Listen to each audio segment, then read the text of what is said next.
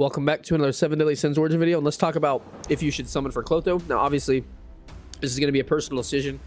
I can kind of help you potentially think about certain things that you may not be thinking about. I'm going to try to make you feel more confident in your decision. But at the end of the day, this is a game. You should be having fun. Summon for who you want to.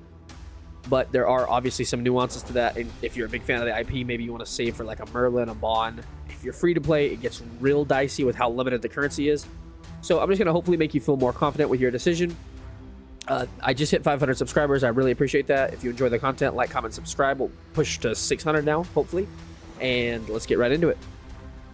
So first off, if you have not seen a breakdown of what she does, I will pin a link to a video where I break it down. So go watch that first so you have a better understanding of what she does. And this is all based off leaks. The leakers that we got did get the Escanor kit completely right, so I'm thinking this is accurate. So first off, I'm going to talk like a general take, and then I'm going to go a little bit more nuanced. If you're free to play, light spender, or more of a heavy spender, Cloto is a wind burst, wind DPS, and a cold warden, meaning support with some healing capacities.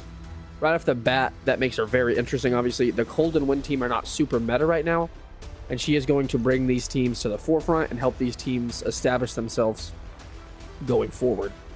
On paper, with the information we have, she looks like she's going to be a great unit.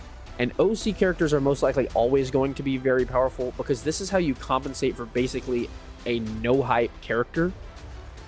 Characters like Escanor, Meliodas, these characters sell themselves just off the hype of the IP. So their kits don't have to be, extremely powerful. They can be a little bit more generic. People are going to summon just because they love those characters. OC characters you sell by making them very powerful. Daisy is a great example of obviously how powerful some OC characters are going to be. I mean, she is literally crazy. And I don't know that Cloto will fall quite that powerful. But obviously, like I said, moving forward, I think all OC characters are just going to be slightly better because that's how you sell them. So let's talk about if you are a free-to-play or a light spender, because that's what most people usually fall into these categories, and this is where you want to really be locked in and focused on when to spend your currency, when not to spend your currency. The best question to ask yourself is going to be, are you looking to run a cold and wind team? And obviously, can you? If you can, and obviously this is a character that you really want to get these teams online, then obviously maybe you do summon. But you also have to factor in, if you miss out on a character like Merlin, if you miss out on a character like Bond because you spent gems on Clotho, are you going to be okay with that?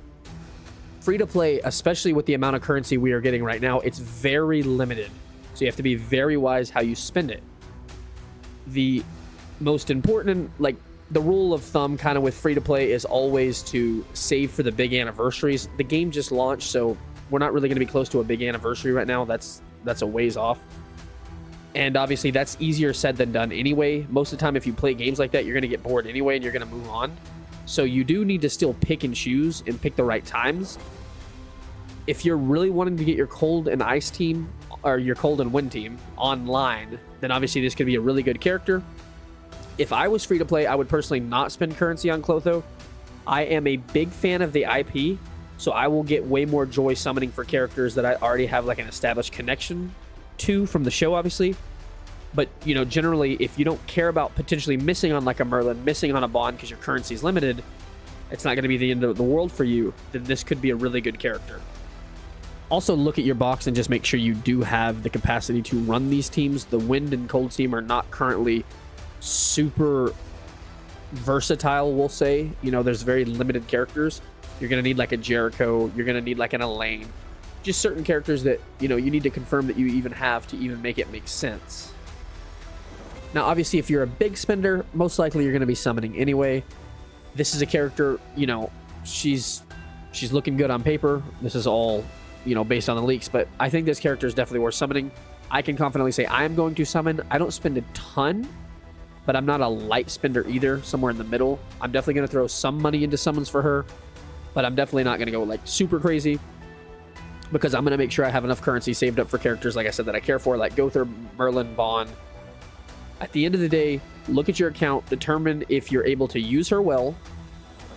If you're a big fan of the IP, then obviously you may want to save your currency to look for characters that you're going to have more of a, you know, like I said, quote unquote connection with. It'll be more hype for you when you pull them versus pulling an OC character. A lot of the times it's like, okay, you don't, there's no real connection, like an emotional connection to it.